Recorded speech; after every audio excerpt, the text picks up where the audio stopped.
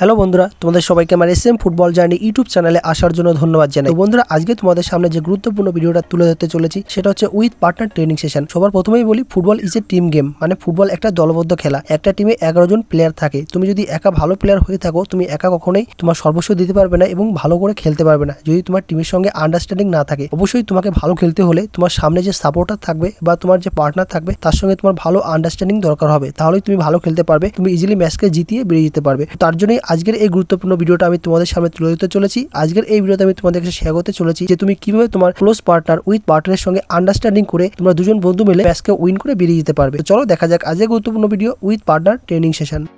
তো বন্ধুরা, পার্টনারের সঙ্গে আন্ডারস্ট্যান্ডিং বাড়ানোর জন্য তোমাদেরকে এই ভিডিওতে আমি 7টি গুরুত্বপূর্ণ প্র্যাকটিস দেখাতে চলেছি। এই প্র্যাকটিসগুলো করলে তোমাদের নিজেদের মধ্যে প্রচুর পরিমাণে আন্ডারস্ট্যান্ডিং বাড়বে এবং আইসেট বাড়বে। দুজনা খেলে ইজিলি ম্যাচকে উইন করে বেরিয়ে যেতে পারবে। তো চলো গুরুত্বপূর্ণ 7টা ট্রেনিং দেখা যাক। প্রথম প্র্যাকটিস, সর্বপ্রথম তোমাদের যে প্র্যাকটিস করতে হবে সেটা হচ্ছে ওয়াল পাস ট্রেনিং। এই প্র্যাকটিসটা তোমাদেরকে তোমরা হাফ মাঠেও করতে পারো কিংবা তোমাদের সম্পূর্ণ ফুল মাঠেও করতে পারো। তোমরা দেখতে পাচ্ছ ভিডিওতে আমরা একটা ছোট্ট বক্স করে নিয়েছি হাফ মাঠ পর্যন্ত এবং সেই বক্সের মধ্যে ট্রেনিংটা করছি। তো তোমরা দুজনা 10 গজ ডিস্টেন্সে দাঁড়াবে, দাঁড়ানোর পর কন্টিনিউ ওয়াল পাস করতে করতে ফরওয়ার্ডের দিকে যাবে। তো এখানে ইম্পর্টেন্ট একটা কথা অবশ্যই মনে রাখবে, যখন ওয়াল পাস করবে, ওয়াল পাস করার পর তোমরা তোমাদের সাইডে সোলজার চেক করে নেবে, তারপর আবার এসে ওয়াল পাস করবে। খুবই গুরুত্বপূর্ণ একটা ট্রেনিং দুজন পার্টনারের মধ্যে আন্ডারস্ট্যান্ডিং বাড়ানোর জন্য। খেলার মাঝে ওয়াল পাস খেলে বেরিয়ে যাওয়ার জন্য অবশ্যই এই প্র্যাকটিসটা তোমরা 2 সেট করবে তোমাদের ফুল মাঠে অথবা হাফ মাঠে।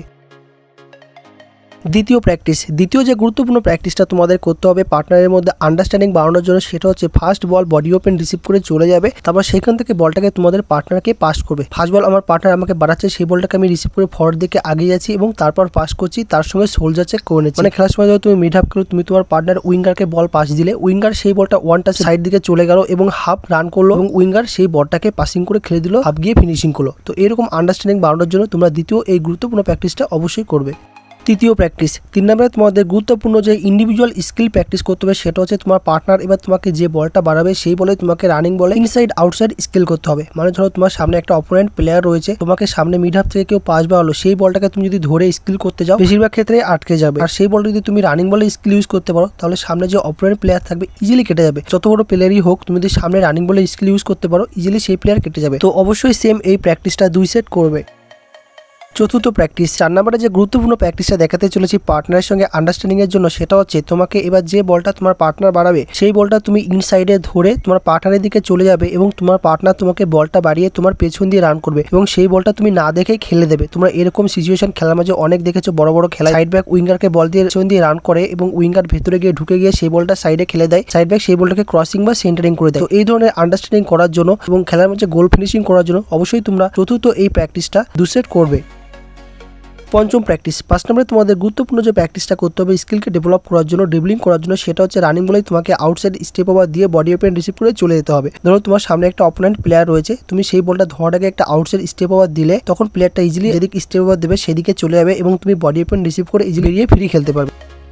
ষষ্ঠ প্র্যাকটিস, 6 নম্বরে তোমাদের যে গুরুত্বপূর্ণ প্র্যাকটিসটা করতে হবে পায়ে টাস্কে ডেভেলপ করার জন্য পার্টনারের সঙ্গে সেটা হচ্ছে এবার তোমাদেরকে আউটসাইডে ওয়াল খেলতে খেলতে যেতে হবে। আউটসাইডে ওয়াল খেলবে এবং টাস্ক করার সঙ্গে সঙ্গে সাইডে সোলজার চেক করে নেবে। সেম এই প্র্যাকটিসটা তোমরা 2 সেট করবে উইথ পার্টনারের সঙ্গে আন্ডারস্ট্যান্ডিং বাড়ানোর জন্য এবং পায়ে টাস্কে ডেভেলপ করার জন্য। সপ্তম প্র্যাকটিস, 7 নম্বরে তোমাদের গুরুত্বপূর্ণ যে প্র্যাকটিসটা করতে হবে সেটা হচ্ছে এবার আউটসাইডে রিসিভ করতে হবে এবং পাসিং করতে হবে। ভালো ভালো উইঙ্গার দেখবে সবসময় রানিং বল আউটসাইডে রিসিভ করে এবং আউটসাইডে গিয়ে ইনসাইডে ঢুকে পড়ে। তুমি যদি একজন ভালো প্লেয়ার হতে চাও, উইঙ্গার বা ফরওয়ার্ডে খেলতে থাকো, সবসময় আউটসাইড রিসিভকে ডেভেলপ করার জন্য এই ধরনের প্র্যাকটিস সবসময় বেশি করে করবে। তো বন্ধুরা, এটাই ছিল আজকে গুরুত্বপূর্ণ ভিডিও উইথ পার্টনারের সঙ্গে আন্ডারস্ট্যান্ডিং বাড়ানোর জন্য গুরুত্বপূর্ণ 7টি ট্রেনিং। তো বন্ধুরা, ভিডিও ভালো লেগে থাকে তোমরা অবশ্যই আমার চ্যানেলকে সাবস্ক্রাইব করে রাখবে, যাতে পরবর্তীকালে আরো অনেক গুরুত্বপূর্ণ football content SM football journey YouTube channel থেকে পেতে পারো। Thank you friend.